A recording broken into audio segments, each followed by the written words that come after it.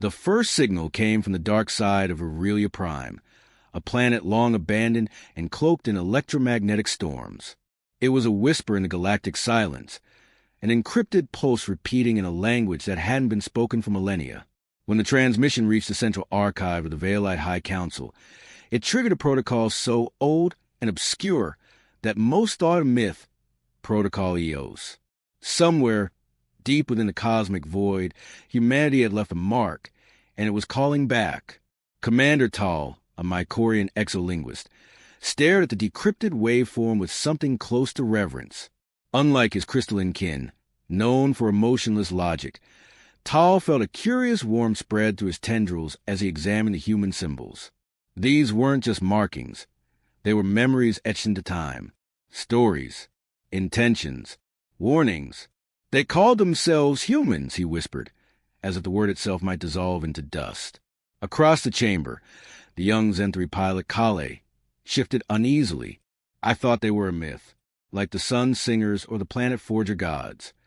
No, Tahl replied. They were real, and they were here long before any of us. The council dispatched an expedition immediately, not because they believed in fairy tales, but because the signal had been too precise, too advanced. And it came with coordinates, ones that pointed to a sector thought unreachable due to gravitational anomalies and cosmic turbulence. Only a vessel of hybrid technology could survive the journey. Only a crew built not just for science, but survival. The Lucid Memory, a retrofitted human-designed craft long buried in a Veilite museum, was chosen for the mission. Ancient and worn, its hull still bore inscriptions in old Terran script. The irony wasn't lost on Kalei, who now found herself piloting a ship made by the very race they were chasing. As the ship carved its way through the storm-laced void, the crew studied fragments of human culture unearthed over centuries. Faded holograms of music, cities floating in clouds, machines with sentient eyes, and declarations of peace and conquest in equal measure. For all their contradictions, humans had one undeniable trait: vision. They had reached for the stars long before the others had even looked up, but no one knew why they disappeared. On the sixth day, as the ship neared the signal source, they found it, a planet without a name, not listed in any star chart, shrouded in golden mist and surrounded by derelict satellites, each still humming with ancient energy. The landing was rough. The gravity was too perfect. The silence too absolute. They disembarked into ruins, so preserved they might have been built yesterday. Towers spiraling toward the clouds, obsidian pathways that lit up at a foot's touch, statues of beings with faces like theirs. Only older, wearier, wiser. In the center of the city was a monument unlike any other, a massive obelisk, humming softly, engraved with message in hundreds of languages, both alien and human. The top bore one phrase in glowing script: "We were here when the stars were young. Remember us." Kalei reached out to touch it, and the world changed. A pulse of light rippled from the obelisk, surging through the ruins. The city awakened. Holographic figures appeared around them. Humans, lifelike and translucent, frozen in moments of laughter, war, discovery. Children ran across invisible parks. Scientists pointed to star maps stretching across galaxies. A figure in a white robe stood above them all, his gaze solemn. "You have come," the figure said, his voice resonating in their minds. "And that means the cycle nears completion." The crew stood in awe, unsure if they were seeing memories or a living intelligence. "I am Eos," the figure continued, an echo of the final human mind. "We left because we had to. We became something else. But we did not forget. This beacon was built not for us, but for those who would inherit the stars." "You," Kalei stepped forward. "What happened to your people?" Eos hesitated. "We transcended. We touched the fabric of reality and chose another path. But not all agreed. Some stayed behind. Some faded. Some watched." Tahl's voice was quiet. "And now, you must decide what kind of legacy you wish to follow." Eos replied, "Our ruins are not trophies. They are warnings." The light dimmed. The city fell silent once more. The obelisk, now cold, emitted one final message: "We are not gone. We are waiting." Back aboard the lucid memory, the crew sat in silence, the weight of discovery pressing heavily on them. It wasn't just about humans anymore. It was about their own place in the vast unfolding of galactic history. Tahl looked at Kalei. We didn't just find a lost race. We found ourselves. Outside the window, the stars shimmered, silent witnesses to the return of forgotten legacy. The return to Veilite space was met with uneasy silence. Word of the discovery had traveled faster than light, stirring debate and dread in equal measure. The council convened in secret. They didn't fear humanity's ruins. What they feared was what those ruins implied. If humans had chosen to vanish, what had they seen coming? Kalei watched from the observation deck of the lucid memory as their findings were offloaded into containment bays. Data cores, relic shards, the partial AI module that once called itself EOS. It now sat dormant, refusing further communication. She could still hear its final words echoing in her mind. We are not gone. We are waiting. Tahl, usually composed and distant, seemed frayed. He reviewed the encrypted code fragments endlessly, running them through ancient dialect filters, comparing them against alien archives, and even invoking outlawed neuroprediction software. Nothing fit. The message was layered, recursive, intentionally obscured. It wasn't meant for the unready. You've barely slept, Kalei said, stepping into the ship's data chamber. Tahl didn't look up. I can't. This isn't just an archive. It's a threshold. A threshold to what? He finally met her eyes. To understanding what comes after civilizations, after war, after matter. The Veilite Council demanded answers, not philosophy. Their directives were precise. Determine whether the human structures pose a threat, neutralize anything sentient, and extract usable technology. Kalei felt the weight of the contradiction. Seek knowledge, but fear it. Her orders were to fly them back into the ruins, but her instincts warned her that touching more what the humans left behind might invite something they couldn't control. Still, she obeyed. The second expedition was larger. 4 ships, 24 specialists, and a weapons detail that made the mission feel more like an invasion than a scientific inquiry. Tahl protested the militarization, but was overruled.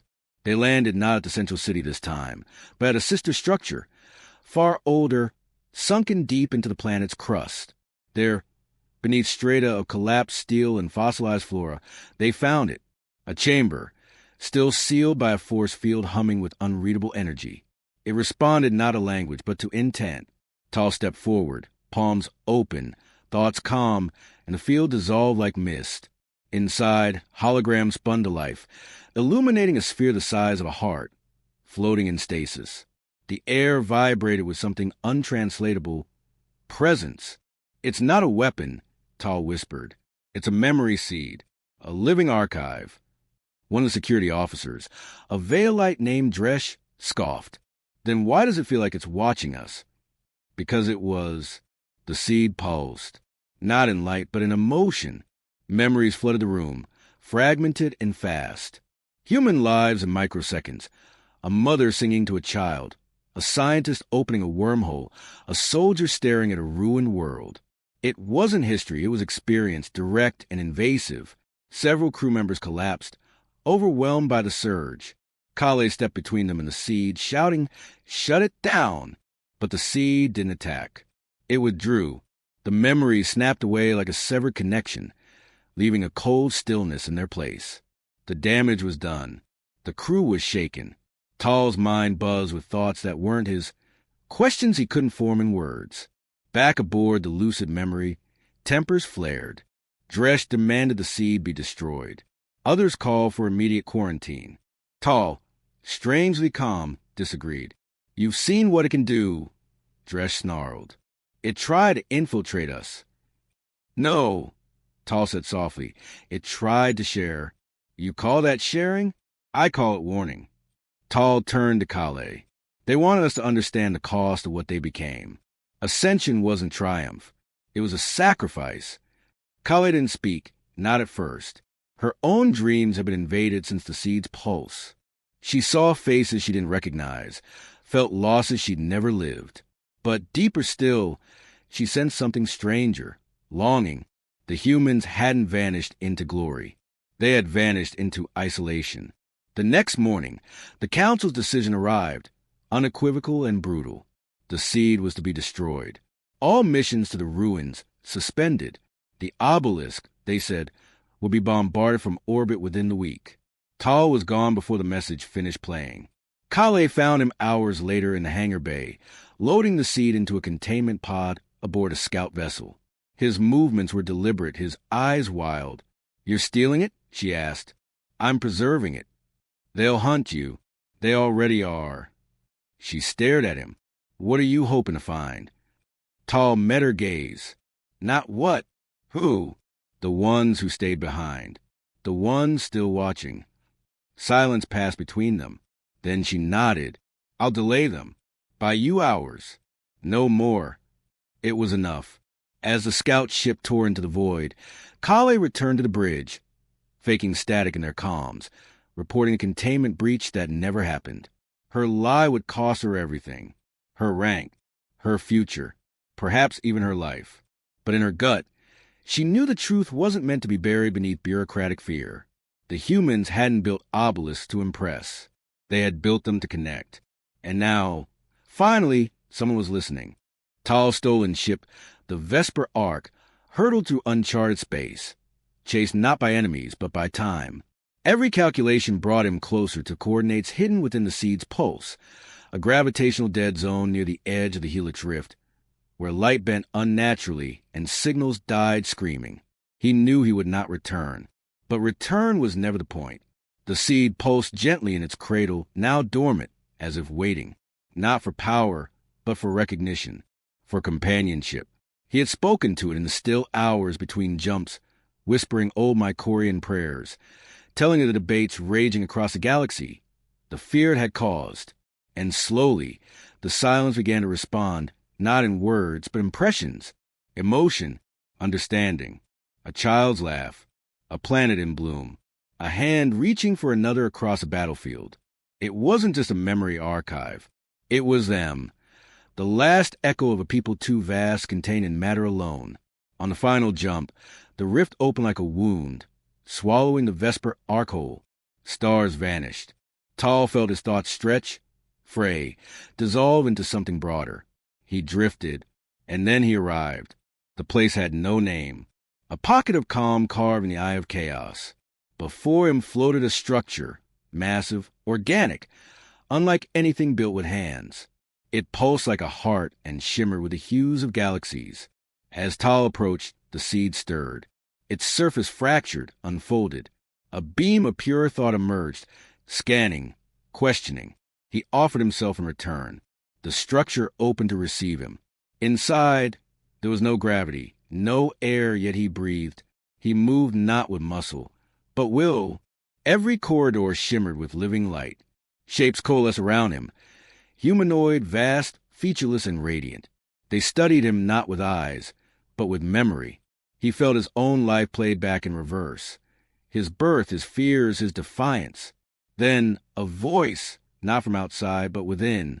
"You are the first." He didn't need to ask who spoke. "You left your world for ours," the voice continued. "Not for conquest. For truth. That is rare." Tahl floated toward the central chamber, where dozens of seeds orbited a glowing sphere. In its core he saw them, humans, not as they had been, but as they had become. Energy, pattern, thought, yet in their essence, still human. He felt their grief and longing, the pull of forgotten lives, the burden of omniscience. They had ascended, yes, but at great cost. To understand all things is to carry the sorrow of all things. "Why did you leave?" he asked aloud. "We did not leave. We stepped aside." "Why?" "Because we became too powerful, too loud. Our presence warped the paths of others. We saw civilizations rise in our shadow, not in their own light. So we withdrew." Tahl absorbed the words, trembling.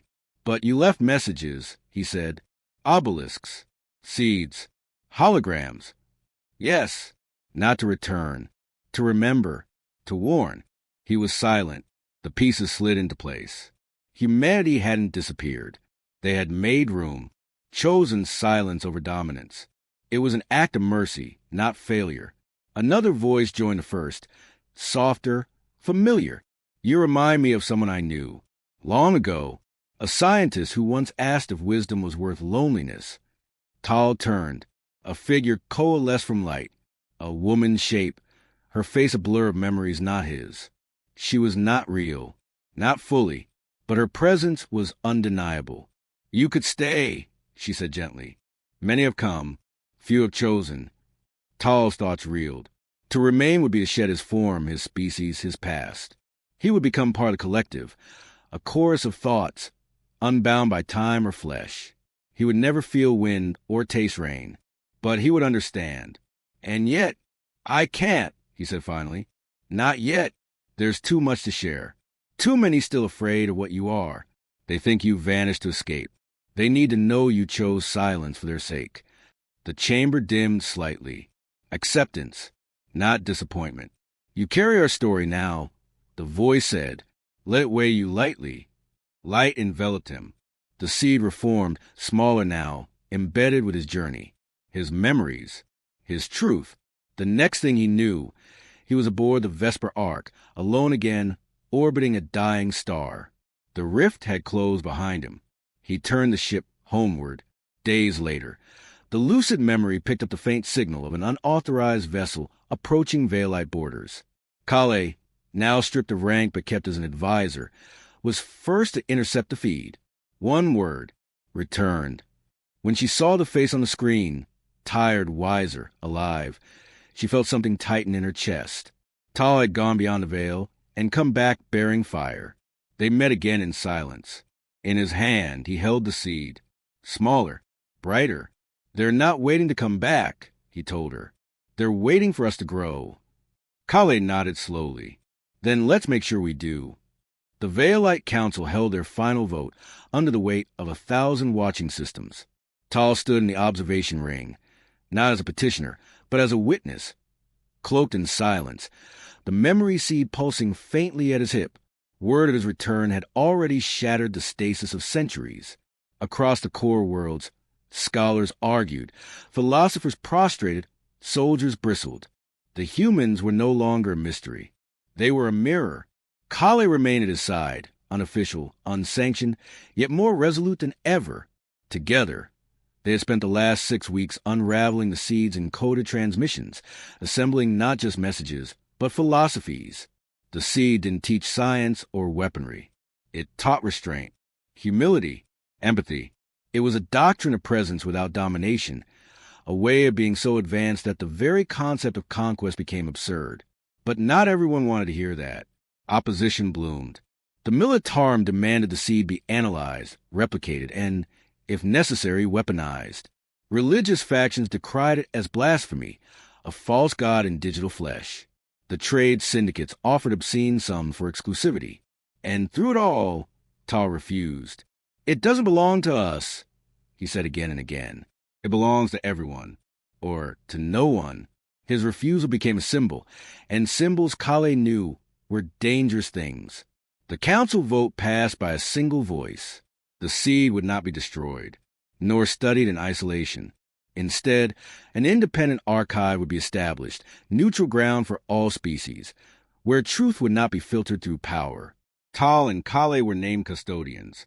It was, in the grand machinery of interstellar politics, a miracle. Yet even miracles left aftershocks. In the following months, the lighthouse was built, a floating observatory orbiting the barren human world now renamed Three Nose. Tahl insisted it be constructed with transparency, literally. Its core walls were glassite, revealing the black void on one side, the green world below on the other. Any visitor could see where the seed came from and what had been left behind.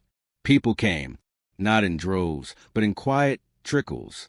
Historians, exiles, artists, the broken and the curious. They arrived not for answers, but for reflection. And as they listened to the seed stories, fragment of thought, voices of a race that had burned too brightly, they began to change. Some left in tears. Some stayed and took vows of silence. A few never left at all. Kalei documented each interaction, her logs a quiet chronicle of transformation. But not all were transformed. One evening, while the station slept, an unauthorized shuttle docked. 2 agents from the Dominion of PRYM infiltrated the lower chambers, bypassing defenses with off-world cloaks. Their goal was clear: extract the seed or destroy it. Tahl met them alone in the core. "I've seen what comes from fear," he said, stepping between them in the cradle. "You won't find weapons here, only truth." One agent hesitated. The other raised his pulse rifle. The seed reacted first, not with light, not with force, but with memory. The chamber rippled. For a moment, everyone saw, together, a city vaporized by pride, a child born amid ruin, a whisper passed from generation to generation, refusing to be extinguished. The agents froze, minds overwhelmed. The one holding the rifle dropped it. The other fell to his knees. They left quietly, neither speaking. After that, no one tried again. Over time, the lighthouse became more than a monument. It became a proving ground, not of science or strength, but of readiness. Visitors left with seeds of their own, echoes too faint to harm, but strong enough to inspire. These fragments traveled the stars, planted in places hungry for meaning. Kalei watched in the spire each dawn cycle, wondering if the humans watch back. "They do," Tahl once said, standing beside her, "in ways we don't understand." He no longer spoke of returning to the rift. He no longer needed to. He had brought its essence here, and in doing so had become part of it. Not ascended, but awakened. One morning, a child arrived. She was not Veilite, nor Mycorian, nor any species of records recognized. Her skin shimmered with patterns that changed as she breathed. She said her people had no homeworld, no name, only a dream. She had followed the echoes. Kalei welcomed her, uncertain. The seed responded to the child like none before. It hummed, turned softly within its cradle, and for the first time emitted a single clear word in ancient human dialect. "Begin." Tahl and Kalei exchanged no words. None were needed. The seed had fulfilled its first purpose. Not to end a story, but to open another. A cycle had turned, not of return, but of renewal. And far beyond the stars, in the quiet hollows of the rift, something stirred, not awoken, but aware. It, too, was listening.